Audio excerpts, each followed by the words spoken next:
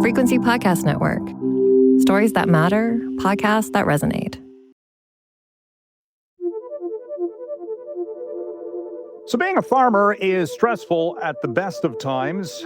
If you're not worried about the weather, you're worried about crop prices on a daily basis. And the market this summer has been amplified tenfold. We're in the midst of a two-front trade war with the U.S. and now China, with China slapping big import duties on Canadian canola products. The agribusiness sector also hit with supply chain risks, discussions about supply management, and that as part of a possible negotiation ploy with the Trump administration and the federal government. So a lot of things going on, and it could all lead to, of course, higher prices at the grocery store. That's always something in the spotlight when we're talking about agricultural products. Welcome to In This Economy. My name is Mike Eppel, and to talk about what's going on in agribusiness and the like, I'm joined by Professor Mike von Massow, food professor at the University of Guelph. Good morning, Professor. How are you doing today? Good morning. Doing well. Thanks for having me. Looking forward to our conversation. How's your summer going? Is the summer busier for you because you focus on the food and agribusiness sector? Yes, summer is busy. There's less structure, no classes, but there's lots going on. And we always say how much of our research we're going to get done, and we rarely get as much done as we hope. So would you be taking what has transpired over the past several weeks, the new situation with China hitting our canola market and whatever else they're hitting us with tariffs on, would this actually be a topic that you'd discuss with any of your classes at Guelph? Without a doubt, we try in class to talk about issues that are current, particularly in my fourth year strategic management course. We'll often start class by saying what's in the news and what does it mean for the agriculture and food industry. So yeah, it's interesting times, but it also makes for great discussions and great learning opportunities. Well, this move by China to again accuse Canada of dumping canola seed into the Chinese market, they're accusing us of one thing, but at the same time, they only started the investigation into this after Canada slapped tariffs on Chinese EVs, aluminum, and steel. So I mean, they're trying to compare apples to oranges, if you will, or canola to wheat, maybe. I don't know. But what was your takeaway when you saw that? Do they have any type of a case? And if so, or if not, what's it doing to the market and Canadian farmers right now? This is without a doubt a retaliation for the EV tariffs. Every country has support, but a 75% tariff is completely unwarranted in terms of what the WTO standards are. And that's made even more obvious because this is the second time they've done it. The first time they did it was when Canada arrested the Huawei CEO, and it maintained until she was released. So it's clearly weaponizing trade and playing geopolitics. So it's, I would argue, unwarranted. They'd argue that the EV tariffs are unwarranted. We'll leave that one for the negotiations. The impact on Canadian farmers is substantial. 2/3 of the canola we export, I think it's something like 6 million tons, goes to China. You don't find another home for that with the snap of the fingers. We talk about diversifying our export market, and that's a great thing, but that's a big customer that you're not going to replace with the snap of a finger. It's particularly problematic. I mean, strategically, I would argue that the Chinese government has done a couple of very smart things. The timing is problematic for us because that crop is in the ground, right? It's not like it happened in February or January, and farmers could say, "Oh, the prices have come down. I'm going to sort of shuffle my planting intentions." That crop is in the ground. It's going to come off in the coming weeks, and unless you forward contracted it, the price has come down substantially. We know that the Chinese put originally, I think it was in March, a tariff on Canadian canola oil and oil cake, which they took less oil, and the industry has found some workarounds. We were exporting seed to places like the UAE, who were crushing it and selling it to China, so they were still using the product. Now it's the big volume product. It's going to be harder to work around that. So the impact on Canadian farmers is substantial. That impact is primarily focused in the West. 98% of the canola acres are in Western Canada.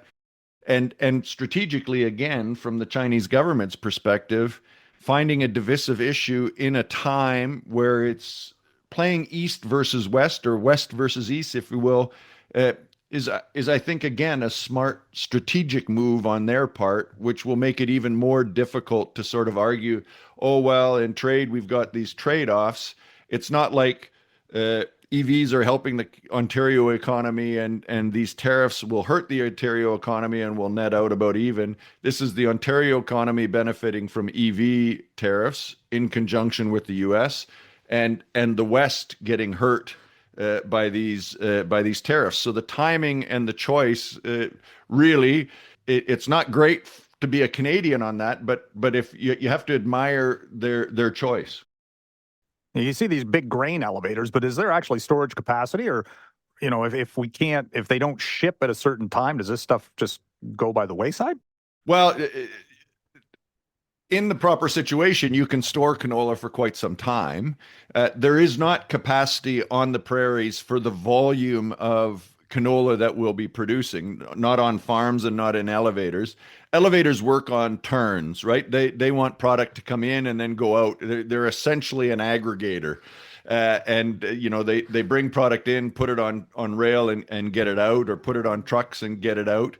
And so this will be an issue. And in years like this, we often see canola or wheat, depending on what's in excess, getting stored on the ground outside, which is not good for quality. You then start experiencing losses. So as soon as that harvest starts to come in, if it's not going to China, we're going to start having storage busting at the seams, and perhaps even some outside storage. So from a managing the crop perspective, that's problematic, but it's also especially problematic from a cash flow perspective for these farmers, right? You spend the money in the spring, the fuel, the seed, the fertilizer, the herbicide, all of that is spent. And if you can't sell the product in the fall, you're sitting on an operating loan that's going to start accruing interest with a depreciating asset. So yeah, it's going to get tough pretty quickly here. Wonder if that's why companies like John Deere lowered their earnings guidance, because they're seeing this coming down the pike, that farmers, talk about cash flow, they're not going to have a lot of money just sitting aside to buy new equipment. That's a sidebar, though. The fact, we talk about tariffs, the countries that impose the tariffs, China, like you say, they're importing $4 to $5 billion worth of Canadian canola. Do they have another supplier, or are they just going to tell their citizens use vegetable oil or something else? Well, yeah, they're going to use substitutes. They're going to look at vegetable oil products that give them an option. There's no one as big in canola as Canada is. So if they're either going to have to spend more on canola, so prices will come down in Canada in reaction to the tariffs, and prices will go up in China. In these tariff discussions, we often hear, well, the domestic market pays for it. And that's generally true. But in circumstances where we can't sell that somewhere else, in some cases, the exporter price will come down, which is what Mr. Trump argues, and to ensure that demand continues in that country. So there'll be a partly more expensive canola oil, which will then get substituted for some other products. Palm oil, as an example, from the South Pacific is more expensive right now. And so it means prices will go up in China. They're hoping that we blink before they do, I think, to a large degree. How much we've heard from Saskatchewan Premier Scott Moe calling for the feds to get involved, not just from the negotiation standpoint, but to backstop monetarily what the farmers might need. You think that's, I guess, short-term solution, but to what end and what kind of dollars would we even be talking about? Well, it'd be substantial dollars to do it, but I expect we'll see government do that. They've done it in other sectors as well. So in the short term, they'll try and sort of buffer the impact of this, and we'll have to make decisions on how committed they are to the EV tariffs, or if there's something else that they can concede to the Chinese in order to remove these tariffs. You know, last time it didn't happen until we released the Huawei, you negotiated the release of the Huawei executive. It might require us stepping away from the EV tariffs, which have been fairly unpopular generally in Canada, but it may be something else. So in the short run, I expect we'll see government support to compensate for the losses. And in the long term, there's no doubt that the Canadian government and the Chinese government are interacting regularly and see if they can come up to a negotiated solution. Changing the focus to other industries that have been affected by these tariffs, and coming back to the idea about the fact that American companies, and after the trade war was escalated by Trump on various products, the Bix Pickle Company was making headlines this week, in as much as Bix pickles and pickling products are disappearing from Canadian shelves. The backstory, though, is that Bix was bought out, if memory serves, by Smuckers in 2010. They moved their production to Wisconsin in 2014, and now they're kind of paying the price because they still use Canadian cucumbers, but those are being hit by a 25% tariff. The origination of where production is actually taking place matters. Maybe it seemed like a good idea to move to the States then, but now maybe not so much. Cross-border issues for these companies causing some big problems. Yeah, who knew pickles were like automobiles? Well, and I think what originally the federal government did a reasonably good job of selecting things for retaliatory tariffs that would minimize the impact on Canada. So things that had substitutes either from within Canada or outside of Canada. And I think that was the thinking on pickles. And so unless you're stuck on buying specifically Bix pickles, you had other options. So Bix pickles went up in price, demand went down, so many stores have taken them off because they worry about how many times they turn their inventory, so they've taken them off the shelves. What I don't think people looked at when they put tariffs on pickles was the cross-border flow of inputs.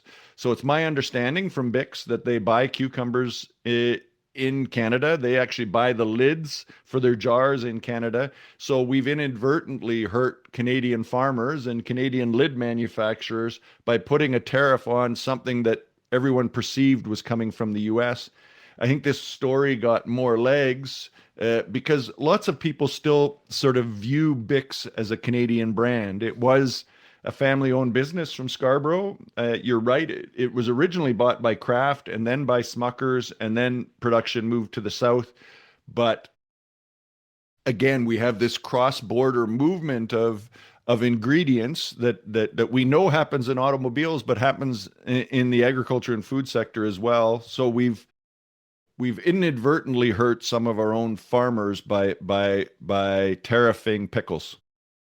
Overall, trade talks seem to be at a standstill. It's really been crickets on the trade file, despite the latest tariffs being put into place.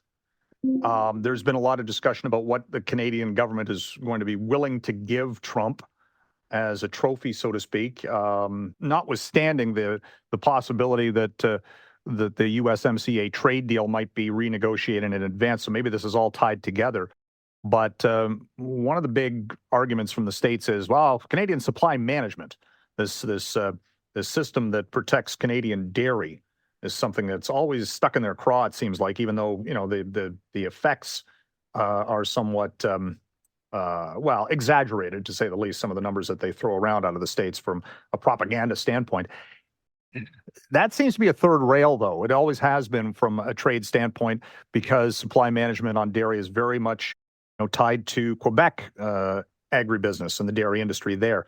Do you think that's even a possibility that there would be a give there from our standpoint on trying to get a trade deal of any nature? Yeah, that's the billion-dollar question. I think if you listen to, so let me take a step back. It's clear that supply management in dairy is political in Canada because of the importance of Quebec as an electoral bloc, and so we have a significant dairy industry in Ontario and across the country. So it's not just about Quebec, but especially politically in Quebec. You could say the same thing about the U.S. Wisconsin, which is a large dairy producer. I think there are more cows in Wisconsin than there are in the country of Canada. Wisconsin is a swing state, and so that's one of the reasons I think that there is specific attention on dairy. If you step back and say what the dairy industry in the U.S. is saying, we don't necessarily think you need to dismantle supply management, but we think that some of the access you've given us has been difficult to get access to because of a variety of regulatory and how import quotas are allocated. They said, we'd just like to get the access that we've negotiated for. There's some back and forth there. Does supply management in dairy mean we'll never come up with a trade agreement? No, not necessarily at all, because last time with the Trump administration, we negotiated one where we gave some increased access, and he called that the best deal ever. Our deal with the European Union has also provided access, so we can make deals. It's not just about, okay, we'll just get rid of supply management. We have to recognize that, frankly, they have similar programs in the U.S., not in the dairy industry, but in the sugar industry, where they have 300% tariffs on tariff rate quotas. And frankly, they have considerable support for their dairy industry, but it is structured differently than ours. And the big beautiful bill in the U.S. actually increased support for the dairy industry and makes it more like, because they guarantee a minimum margin on milk production, there's no control on milk production. So the additional support might make it more likely that they would ship cheap milk, or most likely dairy products. We don't ship raw milk great distances because of how much water is in it. So might there be concessions? Perhaps. I don't think we're going to see the end of supply management at all. All of the major political parties have said they support supply management for a variety of reasons. And so might there be some concessions? Perhaps, although the bill that just passed in the House said that we're not allowed to make any. And can we make a deal without that? Yeah, undoubtedly. There will be things that we can compromise across the board. And in fact, in the last couple of weeks, the dairy industry in the U.S. has said, it's not about dismantling supply management. It's about being a little bit clearer and fairer about our access. So I expect we'll come up with some sort of compromise there. Well, I just remember, winding down a system like supply management for dairy would cost billions. Certainly. I remember growing up in the tobacco industry. I went through the family farm and the wind down of the marketing board system for tobacco, and that cost, I think, an estimated $2 billion. Now that came from the tobacco companies at the time due to lawsuits or from lawsuits. Such an interwoven part of Canadian agribusiness, I couldn't necessarily see it happening. So if you have a trade deal where we manage to ship more goods to the States and they bring more stuff here, well, I think that would be palatable for all. We have to remember, trade is a good thing. Trade, we benefit from trade. That doesn't mean that there aren't some people hurt, but on the net, we gain from trade. So, and in fact, our trade, if you include services, we have a trade deficit with the U.S.